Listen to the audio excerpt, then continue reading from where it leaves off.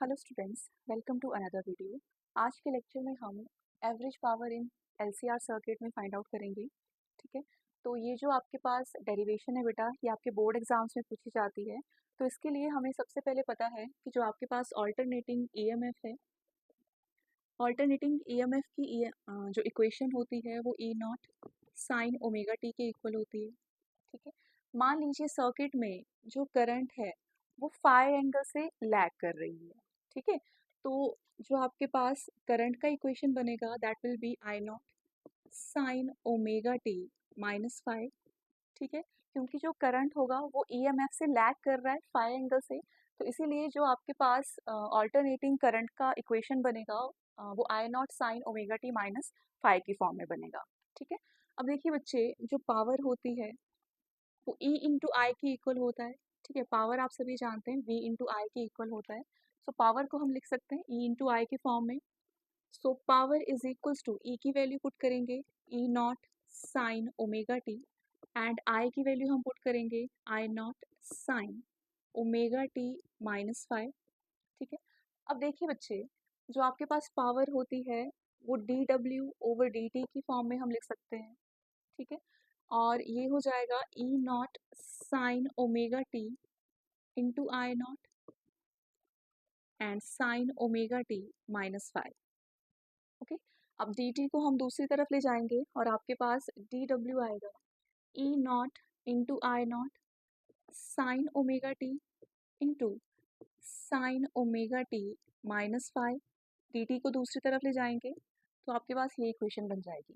ठीक है, तो यहाँ से हमें स्मॉल वर्क डन की वैल्यू मिल रही है जो कि सोर्स कर रही है सर्किट में स्मॉल करंट फ्लो करवाने के लिए। ठीक है, अब देखिए बेटा, हम यहाँ पे टोटल वर्क डन की वैल्यू निकाल सकते हैं अगर हम इस इक्वेशन को इंटीग्रेट कर देंगे। ठीक है, तो हम इस इक्वेशन की इंटीग्रेशन करेंगे बिटवीन लिमिट्स 0 टू टी, और उससे हमें टोटल वर्क डन की वैल्यू मिल जाएगी एक पूरे साइकिल में। ठीक है, so E nought I not sine omega t into sine of omega t minus five with respect to d t. Integration is from 0 to time t. Okay, so इससे मुझे टोटल वर्क डन की value मिलेगी। यहाँ पे E nought and I nought constant terms है, तो इसको मैं इंटीग्रेशन से बाहर रख सकती हूँ। Integration from 0 to t of sine omega t into sine of omega t minus five with respect to d t. ठीक, अब हम यहाँ पे फॉर्मूला यूज करेंगे साइन ए माइनस बी का। ठीक है, जो साइन ए माइनस बी होता है ये आपके पास sine A cos B minus cos A sine B के इक्वल होता है। ठीक है, आपके पास sine A minus B sine A cos B minus cos A into sine B के इक्वल होता है। तो आपके पास वर्क डन की वैल्यू आएगी I not into E not integration from 0 to t sine omega t. ठीक है, यहाँ पे हम इसे ए मान लेंगे और इसे बी मान लेंगे। ठीक, तो यहाँ पे हम फॉर्मूले का एप्लीकेशन करेंगे तो आपके पास वैल्यू आएगी sign omega t into cos five minus cos omega t into sine five. Okay, इसके बाद बच्चे हमने इसको फर्स्ट टर्म के साथ मल्टीप्लाई करना है, देन सेकेंड टर्म के साथ हम इसे मल्टीप्लाई कर लेंगे। तो आपके पास वर्क डन की वैल्यू आएगी I not into E not integration from 0 to t. अच्छा, इसकी मल्टीप्लिकेशन पहले फर्स्ट टर्म के साथ, so sine omega t into sine omega t into cos five, then इस टर्म की मल्टीप्लिकेशन सेकेंड टर्म के साथ, तो ये आएगा sine omega t into cos omega t into sine five. Okay, अब देखिए बच्चे, यहाँ पे साइन ओमेगा टी है एंड साइन ओमेगा टी है, तो इसे मैं साइन स्क्वायर ओमेगा टी की फॉर्म में लिख सकती हूँ। सो वर्क आपके पास आएगा I not into E not integration from 0 to t, ये हो जाएगा sine square omega t and cos five minus, अब यहाँ पे आपके पास साइन ओमेगा टी है एंड कॉस ओमेगा टी है। यहाँ पे अगर मैं 2 से मल्टीप्लाई करूँ और 2 से डिवाइड करूँ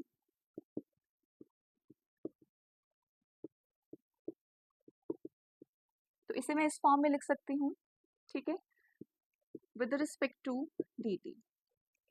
ओके, अब देखिए बच्चे, यहाँ पे मैं जो इंटीग्रेशन कर रही हूँ वो फर्स्ट टर्म के साथ भी होगी और सेकेंड टर्म के साथ भी होगी, ठीक है। So W is equals to I not into E not, integration आपकी फर्स्ट टर्म के साथ होगी, देन इंटीग्रेशन आपकी सेकेंड टर्म के साथ होगी, ओके।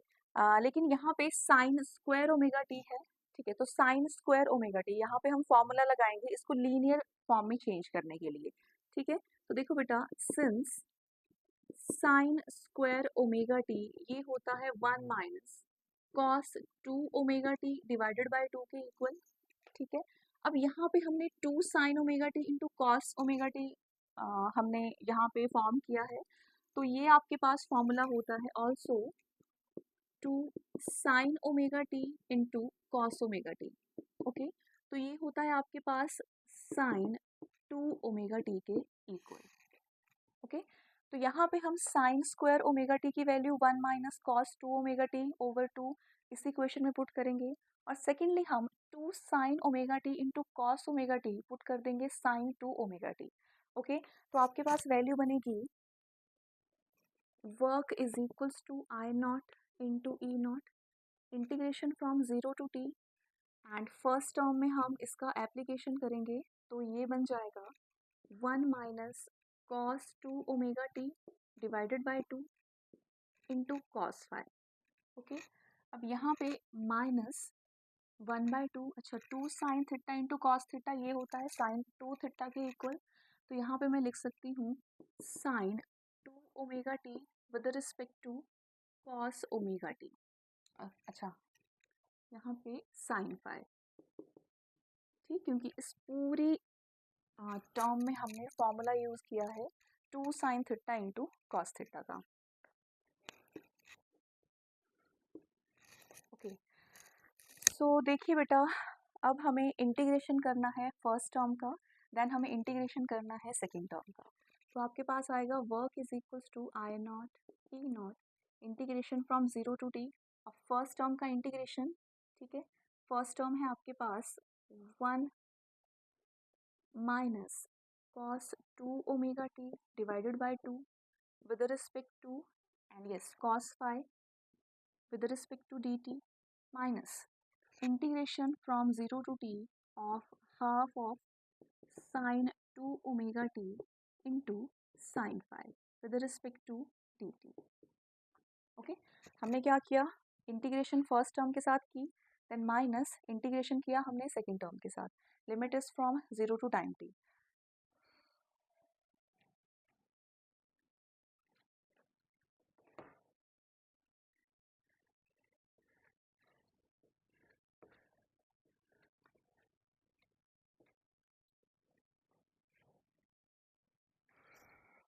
अब देखिए बेटा, वर्क आपके पास आएगा यहाँ पे जो कॉस फाई है, ठीक है, कॉस फाई और साइन फाई। अब फाई क्या है, फाई वो फेज एंगल है जिससे कि आपके पास जो करंट है वो ईएमएफ से लैग कर रहा है, ठीक है।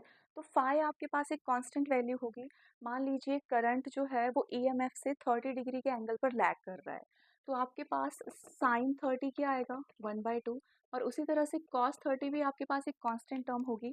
तो आपके पास कॉस फाई और साइन फाई ये कांस्टेंट टर्म्स है, तो इनकी इंटीग्रेशन नहीं होगी, तो इन टर्म्स को हम इंटीग्रेशन से बाहर रख सकते हैं, ठीक है। तो आपके पास वर्क आएगा I not into E not,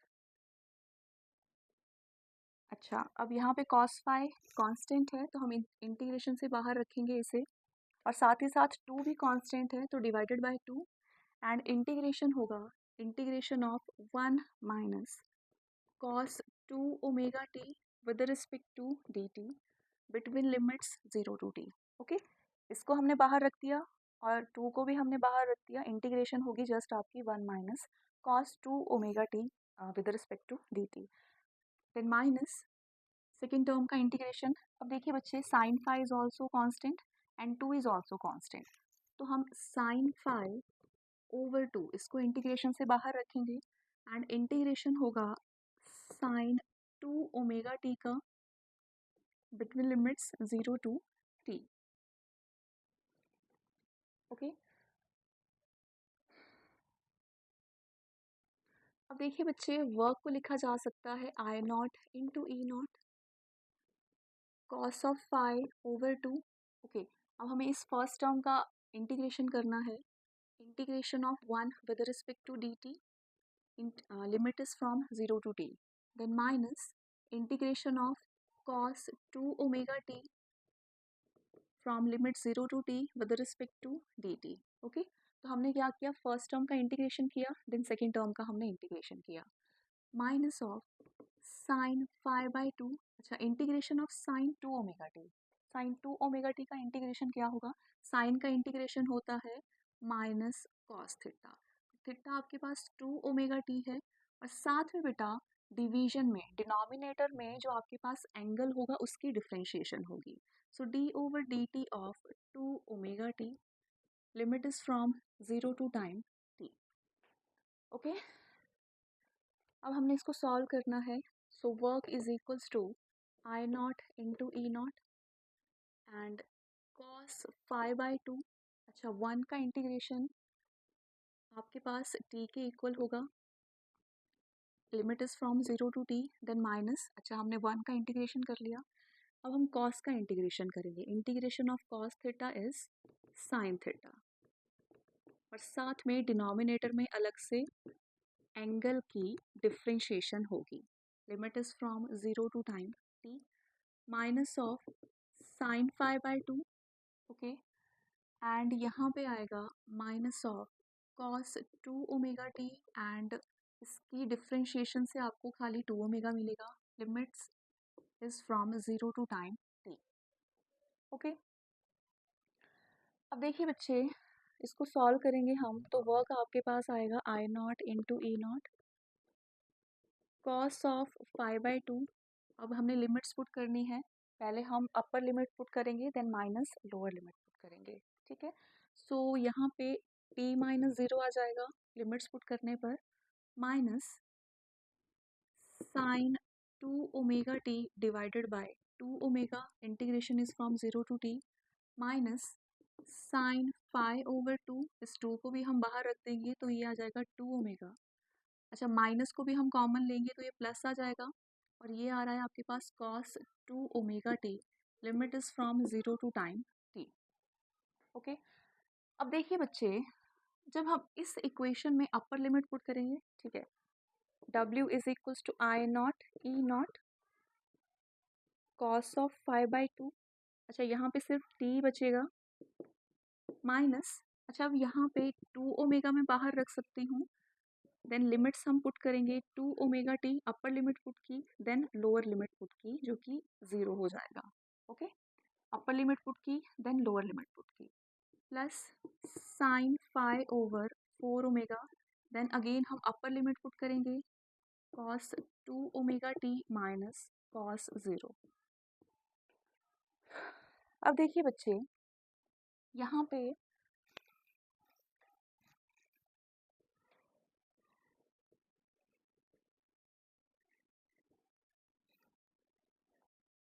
इस इक्वेशन में, ठीक है, यहाँ पे देखिए आपके पास साइन 2 ओमेगा टी, ओके, सो हमें पता है ओमेगा जो होता है वो 2π/t के इक्वल होता है, तो ये हम लिख सकते हैं sine 2 into 2π/t multiplied by t की फॉर्म में, और माइनस साइन ज़ीरो आपके पास 0 के इक्वल ही होता है, तो t से t कैंसिल हो जाएगा, और ये आएगा आपके पास sine 4π, and sine 4π is also 0, ठीक है, तो ये वैल्यू आपके पास पूरी 0 के इक्वल हो गई, ठीक है, तो ये आपके पास 0 हो गया, और ये तो 0 होगा ही, यहाँ पे देखिए sine 2 omega t, sorry cos 2 omega t, यहाँ पे भी कॉस 2 ओमेगा की जगह पे हम 2π/t पुट करेंगे, और t यहाँ पे ऑलरेडी है, माइनस कॉस 0 होता है 1, t से t कैंसिल, तो ये हो जाएगा कॉस 4π माइनस 1, कॉस 4π, ठीक है, कॉस 4π की वैल्यू 1 होती है, तो ये होगा 1 माइनस 1 दैट इज 0, तो आपके पास ये पूरी टर्म भी 0 के इक्वल होगी, ठीक है, ये टर्म 0 और ये पूरी टर्म भी अपने पास 0 के इक्वल आ गई, ठीक है, तो यानी कि इसके बाद जो सारी टर्म्स हैं वो 0 के इक्वल हो जाएंगी, तो आपके पास रिमेनिंग टर्म्स बचेंगी, w is equals to I not E not cos of 5/2 of t, okay, क्योंकि सारी टर्म्स आपकी 0 हो जा रही हैं। अब देखिए बेटा, work w is equals to 2 को लिख सकती हूँ मैं √2 इंटू √2 की फॉर्म में, ठीक है। तो ये आएगा I nought over under the √2 E nought over under the √2 of cos phi of t. अब टी को मैं लेफ्ट हैंड साइड में शिफ्ट कर दूंगी, तो आपके पास ये आएगा W over t is equals to I nought over under the √2 and E nought over under the √2 of cos phi. और इससे आपको मिलेगी टोटल पावर की वैल्यू, ठीक है, पूरे पावर की वैल्यू एक कंप्लीट साइकिल के लिए।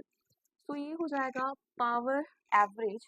अच्छा, आई नॉट ओवर अंडर द √2 ये होता है आपके पास IRMS के इक्वल।